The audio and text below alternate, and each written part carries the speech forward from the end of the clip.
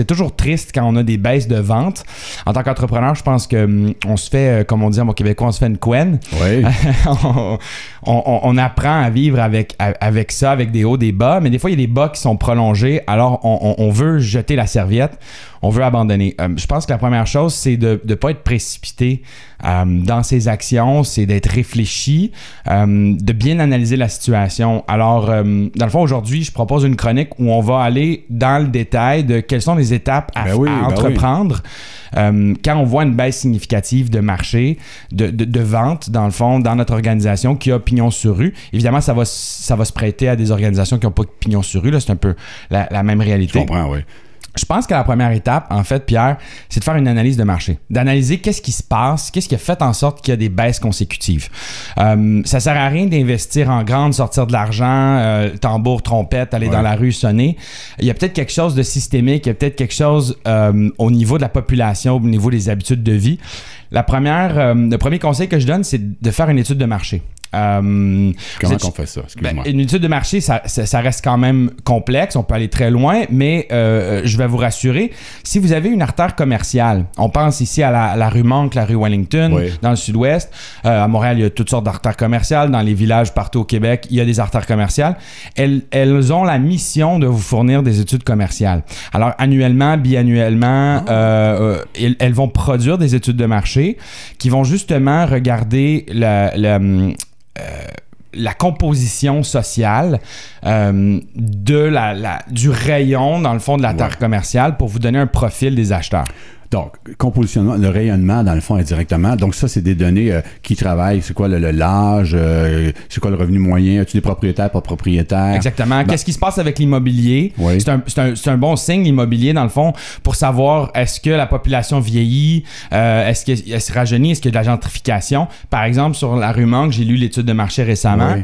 On voit qu'il y a un regain de jeunes propriétaires qui achètent des maisons. Alors, c'est bon signe. Ça veut dire que d'ici 3 ans, il va y avoir une grande demande de commerce de proximité, des commerces de niche. Alors, c'est important de voir ces changements-là pour être capable d'attraper la vague, si on veut. Quand on va passer. Exactement.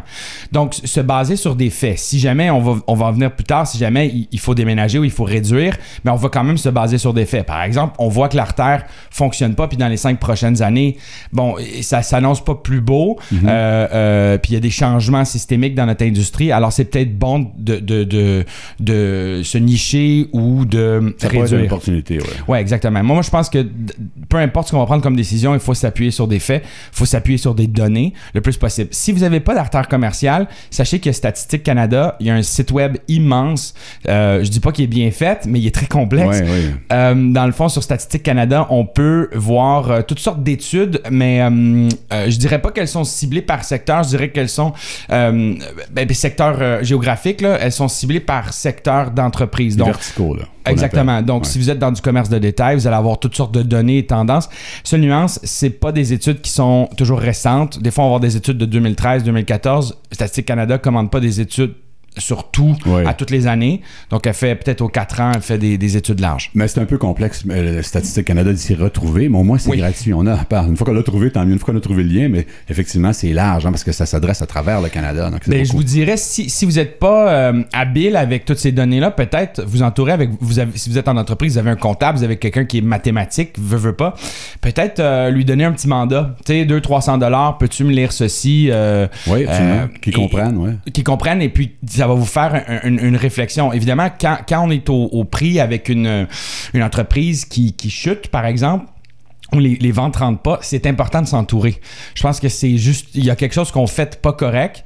Ça ne veut pas dire qu'on n'est pas une personne correcte. Ça ne veut pas dire que notre entreprise n'est pas bonne, elle ne vaut pas la peine de survivre. Je pense qu'il faut juste comprendre quelque chose qui est au-delà de nous. Donc, ça nous prend un autre paire d'yeux, un autre cerveau qui n'est pas le même que le nôtre, qui pense peut-être différemment, qui va nous... Un nouveau regard, rafraîchissant. Parce que quand ça fait 15 ans, comme la personne fait 15 ans qu'elle est en affaires, à un moment donné, on ne voit plus, là, on a un manque de solutions, d'inspiration. Là, je généralise. Alors, c'est là que l'importance vraiment des conseillers vont faire la différence. Exact. Exact. Mais même quand ça va bien, on veut avoir ça. On veut se faire brasser la cage. C'est ça. Bon point.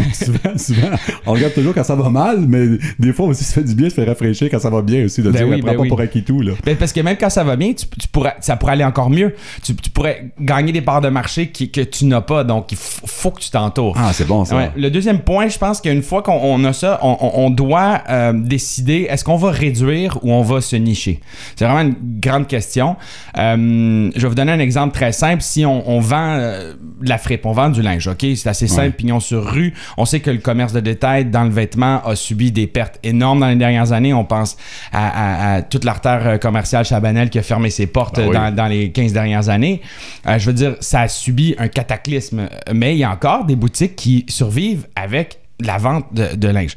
Donc, réduire, ça voudrait dire quoi? Ben peut-être regarder ce qui se vend le plus dans vos SKU, si on veut. Oui. Regarder quels sont les morceaux qui fonctionnent le plus. Est-ce que c'est plus des souliers? Est-ce que c'est plus, je sais pas moi, des manteaux? Peut-être qu'il y a occasion de simplement garder ces éléments-là. Et les mettre en valeur. Mettre en valeur. Réduire aussi peut-être l'espace commercial, réduire l'inventaire, réduire, dans le fond, tous ces actifs-là. C'est là qu'on va peut-être aller vers un déménagement. Donc, l'espace, si on coupe l'espace, la raison première, c'est que ça permet d'avoir moins de personnel. Moins de personnel, moins de frais fixes, donc moins de loyer, moins d'inventaire. L'inventaire, ça coûte cher. Ben oui. Donc, ça permet peut-être de réduire pour dégager un profit en vue de grandir plus tard. OK. Mais c'est aussi réduire. Moi, je pense que faut pas réduire pour le bien de réduire. C'est sûr qu'il y a des items qui vendent plus que d'autres. Donc, c'est de regarder quels sont les items qui vendent le plus. Ça, c'est un indicateur. Oui. À moins qu'on fasse 0$ de vente pendant 6 mois, là, la clé est comme déjà dans la porte. Il faut juste la tourner. Là.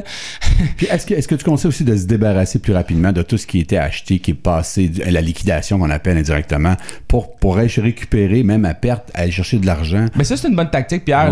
J'y avais pas pensé. Oui, je pense que la liquidation, c'est une manière de faire des ventes, mais il faut faire attention à l'image de marque aussi à travers ça. On veut pas devenir un centre de liquidation. On voit des boutiques qui sont en liquidation 24 heures sur 24, 7 jours sur 7, 365 jours par année. Là. Pour le nommer, exemple, là, sur des carrés, ça fait longtemps qu'il est là, puis dans le fond, il n'y a pas vraiment d'aubaine. Non, c'est ça. Je pense que ça a fermé, je suis pas sûr. Ah, OK, ben peut-être tu me l'apprends, voilà. Ben oui, je pense que ça a fermé, là. Okay. Quand tu vois des liquidations 80%, là, ça veut dire que c'est comme... c'est pas loin de la fin. Nicher, je pense que c'est la niche qui est le mot d'ordre aujourd'hui. Nicher, en fait, j'aime la signification, ça vient de la boussole. Hein? On place la niche. Tantôt, tu disais que tu faisais de la chasse. Non, hein? Oui, mais je parlais de chasseur, mais oui, vas-y. Oui, mais la niche, en fait, c'est sur la boussole. Hein? C'est ce qui nous permet de s'enligner, puis vis-à-vis le nord qui pointe, dans le fond, l'aiguille pointe toujours au nord, ça nous permet de se diriger dans le bois. Alors, c'est David de Scott qui vous parle. Bon, voilà. Alors, je suis content d'entendre. Il manque juste le totem, là. Oui, c'est ça. David...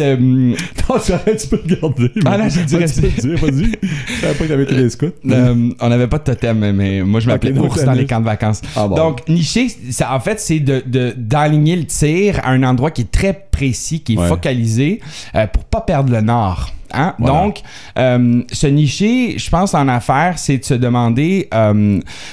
on peut faire le focus sur toutes sortes d'éléments. Est-ce que c'est notre produit qui va être niché? Je pense à, par exemple, on fait du linge. Oui. Tout le monde fait du linge. Mais je vais faire du linge pour nains, par exemple, ou pour personnes obèses, ou pour personnes âgées. Ouais. C'est spécialisé. Je vais en parler tantôt, j'ai des exemples. Il y a des gens qui vont venir des quatre coins du Québec pour aller dans des boutiques spécialisées à Montréal ou à Québec parce qu'il n'y en a pas d'autres. Ouais. Puis on ne va pas acheter ce type de vêtements-là en ligne.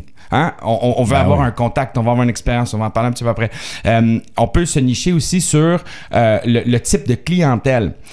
Donc, est-ce qu'on veut avoir une clientèle, je sais pas moi, étudiante ou une clientèle personne âgée, mais on va leur offrir toutes sortes de produits. Hein? On pourrait avoir, je sais pas moi, une pharmacie pour personnes âgées. Je comprends, c'est très bien, c'est le fun. On identifie vraiment le produit clair, net et précis pour se différencier. Exactement. Bon point. Donc, je pense qu'une fois qu'on a la décision de se nicher ou de se réduire, là, on va pouvoir se poser la question, est-ce que je vais déménager ou bâtir une communauté? Donc, dans le cas de réduire, il faut vraiment envisager est-ce qu'on va déménager. Déménager, ça peut être aussi parce que, exemple, on se rend compte qu'il y a une autre artère commerciale, il y a un autre endroit qui va être plus profitable ou simplement pour baisser ses coûts.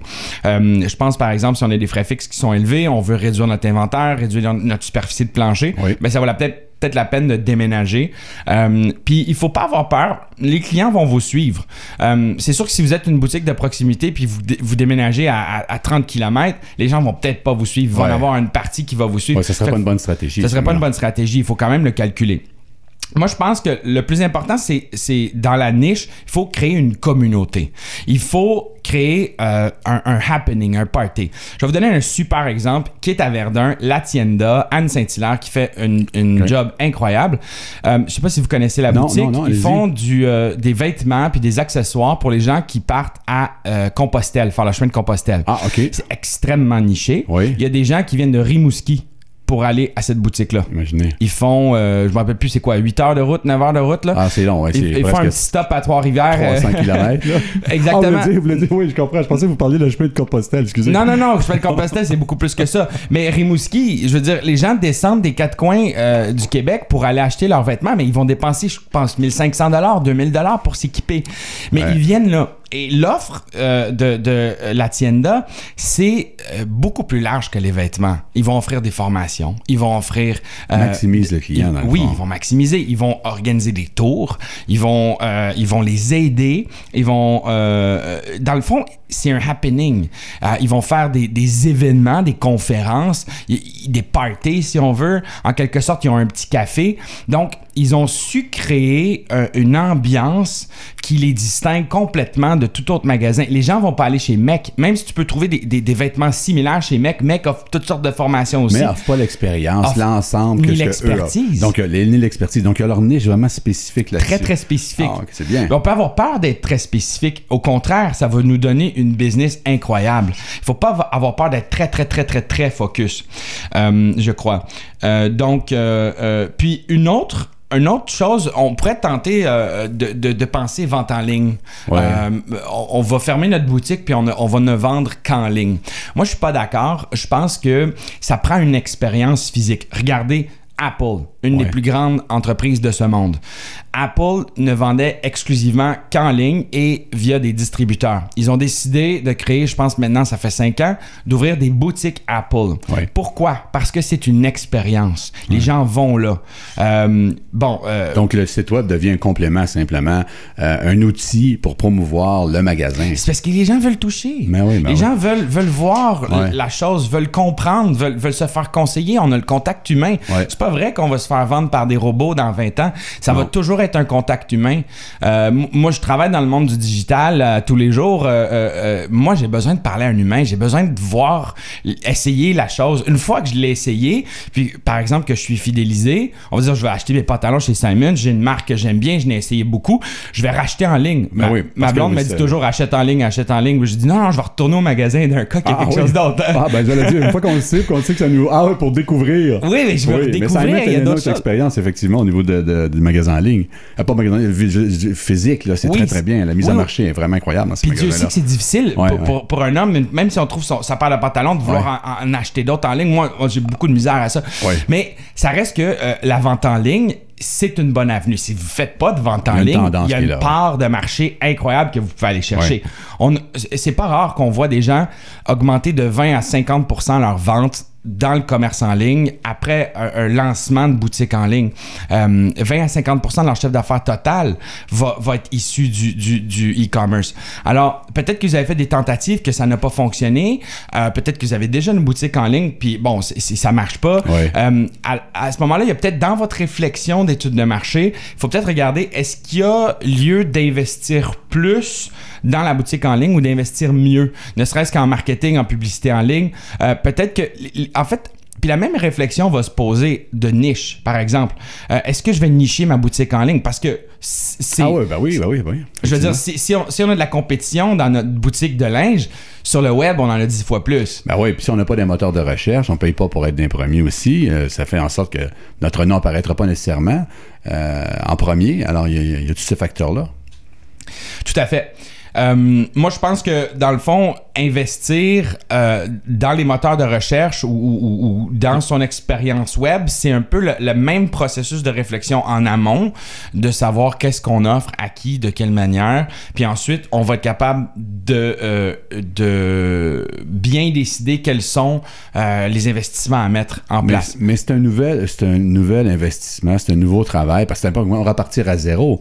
Tandis que la personne qui a déjà sa boutique depuis 15 ans, elle doit vraiment, je comprends au niveau de la niche, trouver la niche, vraiment se différencier. Ça serait dans la troisième étape. À partir de là, comment je peux identifier un produit en particulier?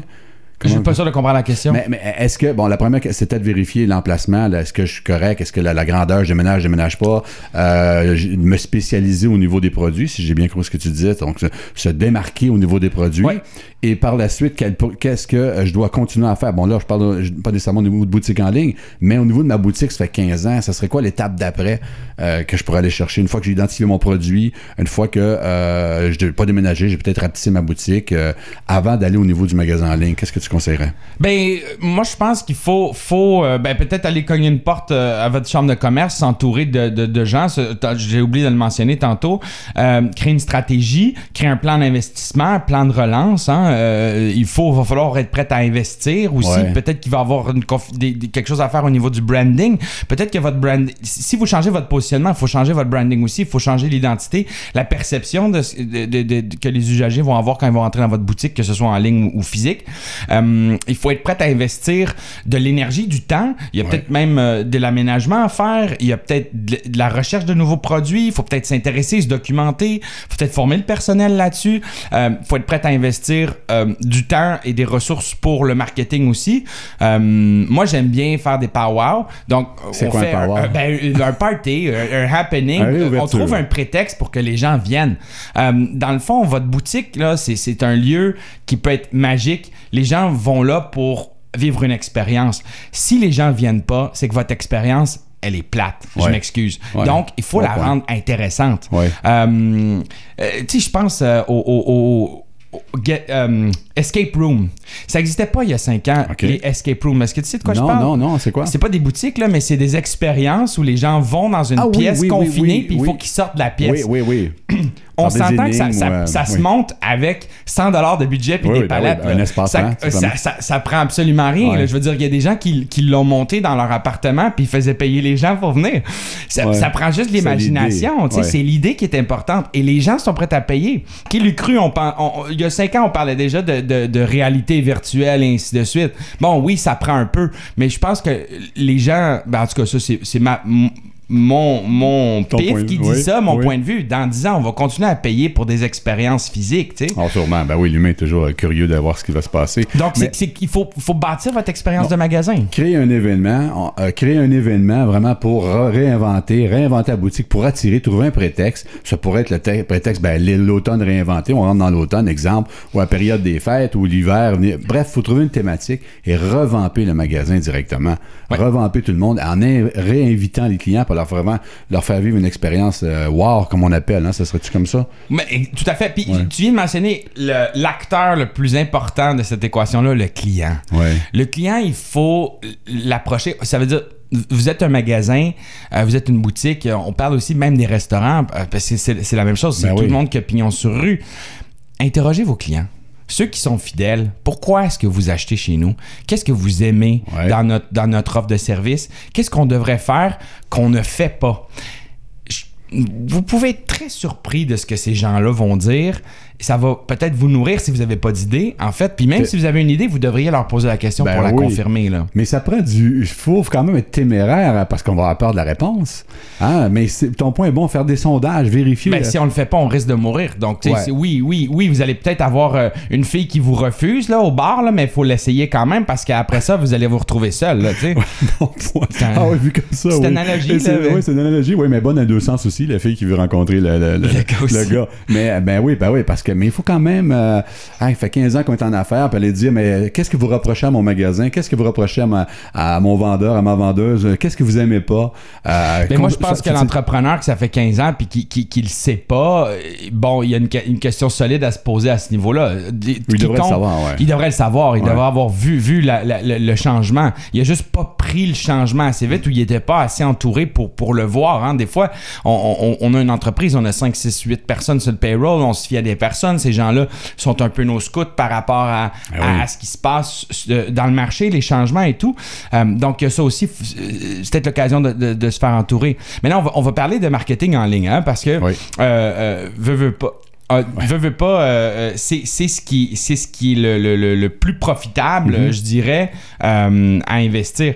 Le marketing en ligne, en fait, vous pourriez simplement commencer des campagnes publicitaires sur les réseaux sociaux, commencer à investir. Évidemment, il faut connaître sa segmentation, il faut savoir qui sont les publics que l'on cible, exactement. Mettez-vous un budget en tête. Je sais pas moi, 2 000, 3 000 $, 5 000 $. C'est pas rare qu'on voit des boutiques qui ont pignon sur rue investir 1 000 à 2 000 $ par mois en publicité. Voilà. Donc, si vous compétitionnez avec eux, il faut être prêt à investir le même montant. Commencez avec 2-3 000 $. Mettez de la publicité sur Google, AdWords, YouTube, Facebook. Tous ces réseaux sociaux Tout ce qui est réseaux sociaux, Instagram. C'est simple, c'est simple. C'est très simple, c'est très accessible. Il y a des influenceurs qui peuvent faire des publications sur votre boutique. Ça peut coûter 50 à 300 $ un article. Ça va vous créer du trafic. Donc, je pense de tester, voir qu'est-ce que ça peut vous rapporter. Ça va vous donner un très bon indicateur de la puissance des médias sociaux pour votre boutique. Oui. Et de tester aussi le magasin en ligne, de voir la portion que vous pouvez générer, la portion que vous pouvez générer en vente sur cette boutique-là. Il faut évidemment favoriser l'achat en ligne. Donc, peut-être qu'au départ, vous pourriez mettre 10-15% de rabais aux acheteurs sur votre site web par rapport aux produits en magasin. Ça va stimuler les achats et vous allez voir le comportement en ligne de votre public. Et vous êtes en mesure aussi, à part ça, de mesurer effectivement si ça a rapporté ou pas avec les achats qui ont été faits parce que vous avez mis un rabais. Bon, c'est sûr qu'il faut d'abord avoir un site web. Hein, faut être, la plupart, aujourd'hui, c'est indéniable si on est en affaires, il faut un site Internet, du moins une référence autre que Page Jaune. Que souvent, quand on recherche une boutique, des fois, on voit apparaître ça sur Page Jaune. Ah, ben écoutez, M. Paquette, David, merci beaucoup. C'était fort intéressant. Et puis, donc, à toutes les semaines comme ça, vous arrivez avec des chroniques. Et vos chroniques vont être sur le site Internet à partir de cette semaine, à partir de lundi. Donc, vous allez être en mesure de retrouver vos chroniques que vous avez faites. Puis, on engage les auditeurs aussi. Écrivez-nous sur la page Facebook vos questions. Dans le fond, on va y répondre. Puis, si vous avez des idées de chroniques aussi, soumettez-les. Super, merci beaucoup. Je souhaite un bon week-end. Bon week-end. Très heureux aujourd'hui. On a appris encore davantage. C'est le fun, surtout au niveau affaires. Merci beaucoup.